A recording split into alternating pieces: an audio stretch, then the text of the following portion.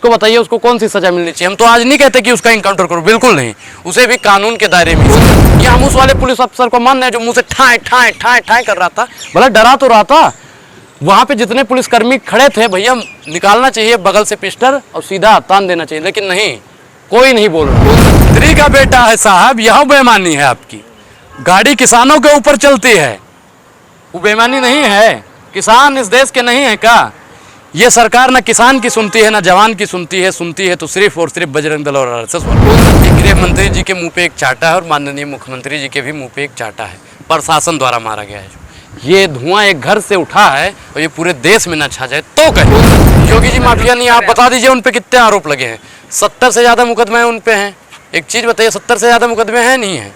बोलिए, उस पर कोई नहीं बोलेगा। अगर वही कानून होता ठोक दो तो भैया आज कहाँ होते हैं? जैसा के पापा कहाँ होते? बताइए आप लोग कहाँ पे होते हैं लोग? ये लोग भी आज मटिया मेट होते।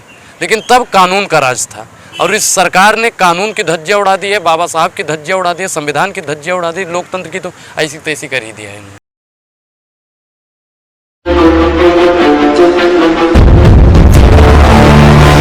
अनुराग जी क्या कहेंगे, जो उत्तर प्रदेश के मुख्यमंत्री हैं वो कहते हैं कि जो वहाँ की जो गुंडा है उनको मिट्टी में मिला देंगे, और आपने हाल ही में देखा होगा कि असद का इनकाउंटर हुआ, उसके बाद उनके पिता अतीक की पुलिस की मौजूदगी में हत्या हो जाती है। इस पर आपका क्या कहना है? ये देखो, कोई नया नहीं है, ये उत्तर प्रदेश के सरकार में और पुलिस की कस्टडी में कई बार हो, ये कोई नया खेल तो है नहीं। ये गृह मंत्री जी के मुँह पे एक चाटा है और माननीय मुख्यमंत्री जी के भी मुँह पे एक चाटा है, प्रशासन द्वारा मारा गया है। ये धुआं एक घर से उठा है और ये पूरे देश में ना छा जाए तो कहना। जब तक सब एकजुट होकर बोलेंगे नहीं ना, तब तो भैया किसी की भी बारी आ सकती है। अतीक और अशरफ कोई वो नहीं है, हमें भी मार सकते हैं, आपको भी मार सकते हैं, क्योंकि जब सिस्टम पे ही भ्रष्ट लोग बैठ जाएंगे, गुंडे मावलिया बैठ जाएंगे, तो भैया तो मारने का ही काम करेंगे, और तो उनको कोई काम है नहीं। कल तक जो बिलबिलाया करते थे संसद में, आज वही बैठ गए हैं, तो वो तो करेंगे ना। जिससे भैया मठ ना सुधरा, वो राज्य सुधार पाएगा? आपको लगता है पत्रकार महोदय? हैं? तो योगी जी को इस्तीफा दे देना चाहिए और 356 के तहत वहाँ पे राष्ट्रपति शासन लग जाना चाहिए, क्योंकि अब वहाँ पे मतलब योगी जी के बस की बात है नहीं। योगी जी जब तक ठीक थे, जब तक वो कुछ करने के लायक थे। योगी जी को हमने एक बार मौका दिया, हमने सोचा कुछ करेंगे, दोबारा मौका दे दिया कि कुछ करेंगे, लेकिन वो कुछ करने के लायक नहीं है। योगी जी बेहिसाब हसरतें न पालिए और अब इस्तीफा दे दीजिए, बस इतना ही कर। तो माफियाओं को मिट्टी में मिला रहे हैं, फिर योगी जी माफिया नहीं, आप बता दीजिए उन पे कितने आरोप लगे हैं? 70 से ज़्यादा मुकदमे उन पे हैं। एक चीज़ बताइए, 70 से ज़्यादा मुकदमे हैं नहीं हैं? बोलिए, उस पर कोई नहीं बोलेगा। अगर वही कानून होता ठोक दो तो भैया आज कहाँ होते हैं? जैसा के पापा कहाँ होते? बताइए आप लोग कहाँ पे होते हैं लोग? ये लोग भी आज मटिया मेट होते।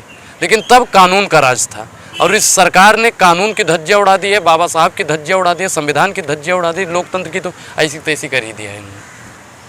2017 से अभी तक एक भी दंगा नहीं हुआ यूपी में। हाँ, दंगा करने वाले लोग जब सिस्टम पे बैठ गए हैं तो दंगा कैसे होगा भैया? आप बता, एक चीज बताइए कि आपके हाथ में हथियार था, हैं? और फिर आपके हाथ में माइक आ गया, तो दोनों में फर्क है ना। पहले दंगा करते थे, अब सिस्टम पे बैठ गए हैं, तो सिस्टम पे बैठ के दंगा करवा रहे हैं। 22 साल के लड़कियों को चारा बना रहे हैं, 18 साल के लड़कियों को चारा बना रहे हैं। अरे भैया, उसके माँ से पूछो ना, उसके माँ का इंटरव्यू लो ना आप लोग, कितना अंदर मतलब उसके दुख है। जो लोग आज खुशी हो रहे हैं ना, बहुत बढ़िया किया। और कुछ लोगों को तो मैंने स्टेटस ऐसा देखा है जो लगा रहे हैं बच्चों से गलती हो जाती है। अरे भैया, उनके माई बाप से पूछो ना क्या गलती उसने करके बैठ गया है। अब उसको बताइए उसको कौन सी सजा मिलनी चाहिए। हम तो आज नहीं कहते कि उसका इनकाउंटर करो, बिल्कुल नहीं, उसे भी कानून के दायरे में ही सजा मिलनी चाहिए। उसको कानून 10 साल की, 20 साल की, 50 साल की उम्र कह दिया, फांसी दे, उसे सजा कानून देगा। हम नहीं कहते इनकाउंटर करो वहाँ पे। लेकिन प्रशासन क्या कर रहा था? हाँ, तो भैया हम उस वाले पुलिस अफसर को मान रहे हैं जो मुँह से ठाए ठाए ठाए ठाए कर रहा था, भला डरा तो रहा था। वहाँ पे जितने पुलिसकर्मी खड़े थे, भैया निकालना चाहिए बगल से पिस्टल और सीधा तान देना चाहिए, लेकिन नहीं, कोई नहीं बोल रहा था। हैं? सब शांत खड़े थे, सब अपने बचाव में खड़े थे। और वो गोली महाराज सही थी, गोली पहचान नहीं थी कि अतीत को लगना है, गोली पहचान नहीं थी अशरफ को लगना है।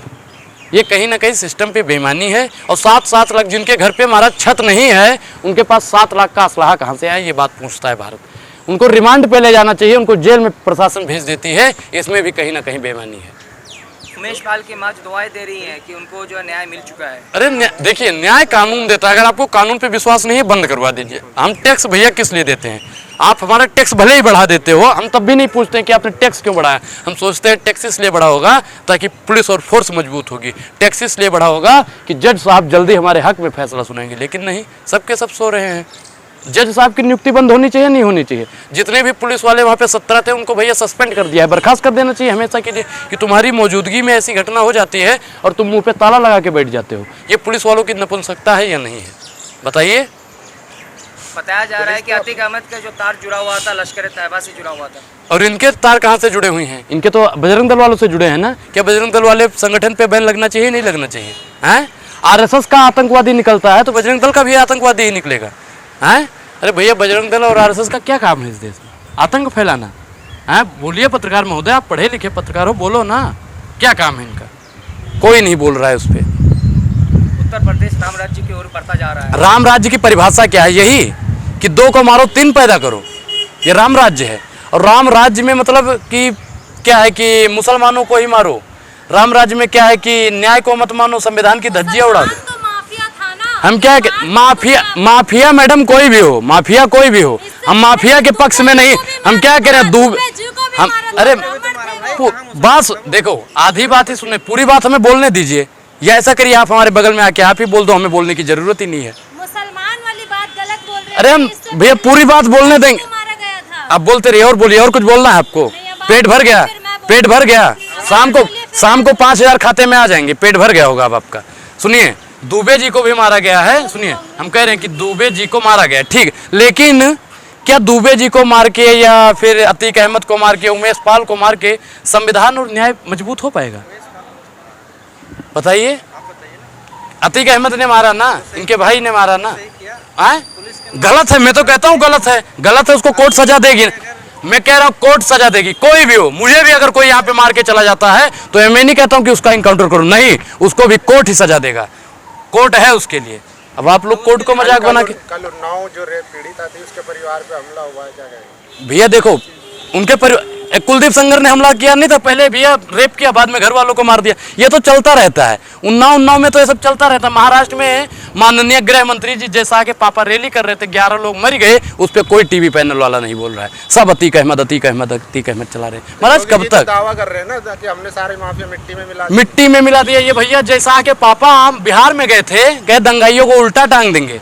अरे भैया, मौर्या जी को, तिवारी जी को कब उल्टा टांगोगे? बताओ, उल्टा टांगने का काम आप कब करोगे? कोई नहीं उल्टा टांग कर रहे हैं। इनके बिल्किस बानो के अपराधियों को आप उल्टा कब टांगोगे? वही तो हम बार बार पूछते हैं। उल्टा ये नहीं टांगेंगे। ये उल्टा सिर्फ और सिर्फ मुसलमानों को ही टारगेट करने का काम कर रहा है। हम कह रहे हैं कि कानून सबके लिए बराबर है, हिंदू हो, मुस्लिम हो, सिख हो, ईसाई हो। अगर गलत करने वाला हिंदू हो या मुसलमान हो, आप सजा दीजिए, लेकिन कोर्ट देगा। पुलिस प्रशासन दीप प्रताड़ित कर मार देती है। अतीक के बेटे को कहती है अपनी हम सुरक्षा के लिए इनको मार दिए थे।